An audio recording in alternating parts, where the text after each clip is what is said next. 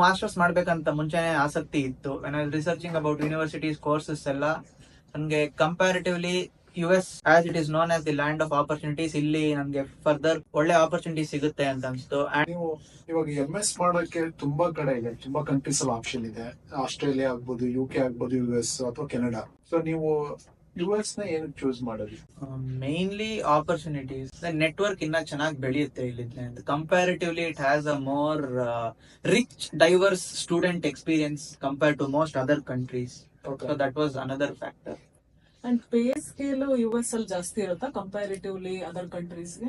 Dollar rate ಜಾಸ್ತಿ ಒಂದು ಇರ್ಬೋದು, ಬಟ್ ಯುರೋಪ್ ಅಲ್ಲೂ ಕೆಲವು ಕಂಟ್ರೀಸ್ ಜಾಸ್ತಿ ಅಲ್ಲಿ. ಸೊ ಲೈಕ್ ಸ್ವಲ್ಪ ವೆಲ್ಕಮಿಂಗ್ ಕಂಟ್ರಿ US ಕಂಪೇರ್ ಮಾಡಿದ್ರೆ. ಮೇಜರ್ ಹೆಡ್ ಕ್ವಾರ್ಟರ್ಸ್ ಎಲ್ಲ ಇಲ್ಲೇ ಇದೆ, ಎಲ್ಲ ಬಿಗ್ ಟೆಕ್ ಕಂಪನೀಸ್ ಎಲ್ಲ ಇಲ್ಲೇ ಇದೆ, ಬೇ ಏರಿಯಾ ಇದೆ, ವೆಲ್ಕಮಿಂಗ್ ಕಂಟ್ರಿ. ಸ್ವಲ್ಪ ನೀವು ಇದು ತೋರ್ಸಿದ್ರೆ, ಸ್ವಲ್ಪ ಆ ಜೋಶು ಅದೆಲ್ಲ ಏನ್ ಹೇಳ್ತಾರೆ ಅದನ್ನೆಲ್ಲ ತೋರ್ಸಿದ್ರೆ ಸ್ವಲ್ಪ ಇಲ್ಲಿ ಮುಂದುವರಿಯೋ ಚಾನ್ಸಸ್ ಚೆನ್ನಾಗಿರುತ್ತೆ.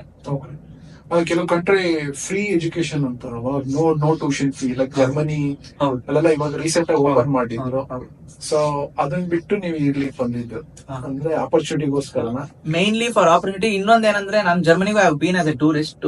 ಮೋಸ್ಟ್ ಪ್ಲೇಸಸ್ ಇನ್ ಯುರೋಪ್ಗೆ personal life without knowing their local language ತುಂಬಾ ಕಷ್ಟ ಆಗುತ್ತೆ. ಅಂಡ್ ಎಷ್ಟೊಂದು universities that offer free education will also have their course in their language. So ನನ್ನ ಫ್ರೆಂಡ್ಸ್ ಇಬ್ರು ಹೋದ್ರು, they had to learn German and then go. So ಕೆಲವು courses English ಅಲ್ಲಿ ಇರುತ್ತೆ, ಇನ್ ಕೆಲವು ಜರ್ಮನ್ ಅಲ್ಲೇ ಇರುತ್ತೆ.